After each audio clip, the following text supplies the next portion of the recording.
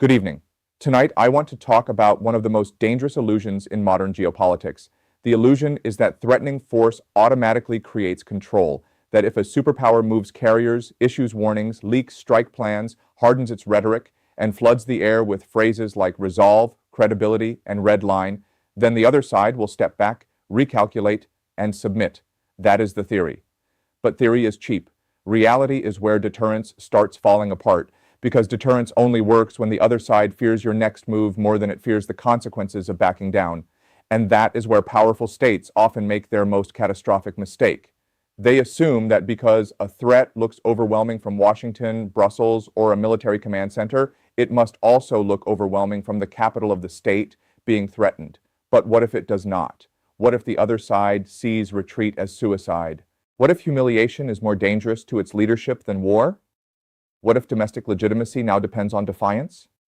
What if the threat meant to freeze the crisis actually convinces the other side that the crisis has already begun? That is the scenario I want to lay out tonight. A superpower believes it is using pressure to prevent escalation.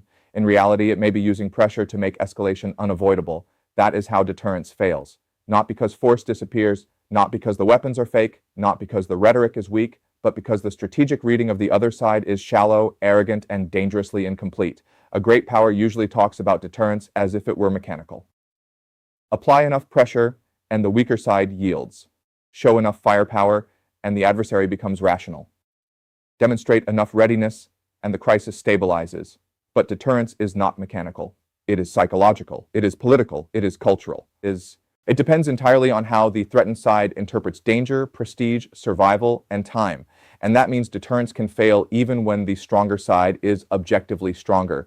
In fact, that is often when failure becomes most likely, because overwhelming strength breeds intellectual laziness. The stronger side stops asking, how does the adversary define survival? What domestic pressures is its leadership under? What symbolic lines can it not cross without collapsing? What actions will it read not as warnings, but as preparation for regime destruction? These are not side questions. These are the whole game. If a state believes your military pressure is merely a signal, deterrence may hold, but if it believes your pressure is the opening chapter of strangulation, decapitation, or permanent humiliation, then your threat does not calm the crisis. It accelerates it. And once that happens, the logic of deterrence flips. The threatened side no longer asks, how do we avoid conflict? It starts asking, how do we avoid dying slowly under terms chosen by someone else? That is a completely different calculation. And it is the point where the stronger side begins losing control without realizing it. Because from that moment on, every additional signal of force may confirm the adversary's darkest interpretation. More aircraft do not reassure. They validate fear. More red lines do not clarify. They narrow the enemy's room to retreat. More ultimatums do not stabilize. They create deadlines that force action. This is how powerful states accidentally manufacture the behavior they claim to be deterring. The threatened government, boxed in politically and psychologically, may now decide that acting first is safer than waiting. It may disperse assets. It may activate proxies. It may strike indirectly. It may escalate horizontally across shipping routes, cyber systems, energy markets, or allied vulnerabilities. And then the stronger side reacts with outrage. It says the enemy chose aggression. It says deterrence must now be restored. It says credibility is on the line. But in truth, the crisis may have been moving toward this point for weeks, because deterrence, badly handled, becomes indistinguishable from coercive panic. Now let's sharpen the structure of the scenario. Imagine a major power facing a regional rival it considers weaker, poorer, and more isolated. The major power believes it has escalation dominance. It believes it can signal strength, calibrate risk, and force a change in behavior without triggering general war. So it begins a campaign of pressure. Warships move, air defenses activate, intelligence leaks circulate through the press, officials issue stern warnings, markets start shaking, allies are pulled into the message architecture of solidarity, and publicly, the messaging remains disciplined. This is about deterrence. This is about stability. This is about preventing something worse. But the rival state sees something else entirely. It sees encirclement. It sees preparation. It sees a narrowing window. It sees a stronger power trying to change not just behavior, but the balance of fear itself. So instead of backing down, it hardens. because weaker states under intense pressure often reach a brutal conclusion. If war may come either way, then delay only benefits the stronger side. That is the death of deterrence. And once deterrence dies, the crisis enters a far more dangerous stage. Now both sides think they are responding defensively. Both sides think time is working against them. Both sides believe the other is preparing the next move. Both sides start interpreting ambiguity in the worst possible way. At that point, even a limited incident can become explosive, a missile misread, a drone intercepted, a proxy attack with unclear sponsorship, a cyber disruption, a strike meant as a warning but interpreted as the start of a broader campaign. This is the part experts often describe with sterile language: misperception, miscommunication, escalatory ladder, fog of war. But let's speak plainly. This is the moment when governments that spent weeks claiming they were preserving stability suddenly discover they have built a machine that rewards panic. And panic is a terrible strategist, because panic does not ask what outcome is sustainable. Panic asks what action looks weak. Panic asks what signal must be sent immediately. Panic asks how to avoid humiliation in the next 12 hours, even if the answer creates a larger disaster over the next 12 weeks. That is why failed deterrence is so destructive. It traps powerful states inside their own posture. Once leaders publicly define the confrontation in terms of credibility and resolve, they lose freedom of movement. They cannot easily de-escalate without appearing to retreat. They cannot easily revise assumptions without admitting the original strategy was flawed.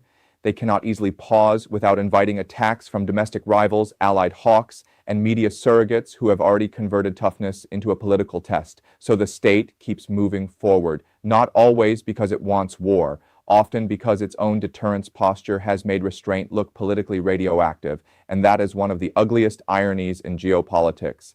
A strategy designed to prevent conflict can become the rhetoric that makes conflict harder to avoid. Now look at the weaker side again. It does not need to defeat the stronger side conventionally. It only needs to make deterrence fail publicly. That means proving the stronger side's threats did not produce submission. It means surviving the pressure. It means retaliating just enough to show that fear has limits. It means exposing the gap between the superpower's language of control and the messy reality of continued resistance. That gap matters enormously, because deterrence is not only about what the enemy believes, it is also about what allies, markets, and domestic audiences believe. If the superpower threatens and the rival still resists, credibility starts decaying. If the superpower escalates and still cannot restore obedience, authority starts looking theatrical rather than real. If every new show of force requires another one a week later, observers begin to notice something officials hate admitting. The threats are getting louder because the leverage is getting weaker. That is when deterrence failure becomes visible. And once it becomes visible, the political damage spreads. Allies grow nervous. Some support the public line, but privately doubt the strategy. Markets stop reacting like this is a short crisis and start pricing in systemic instability. The public begins asking why repeated warnings have not solved anything.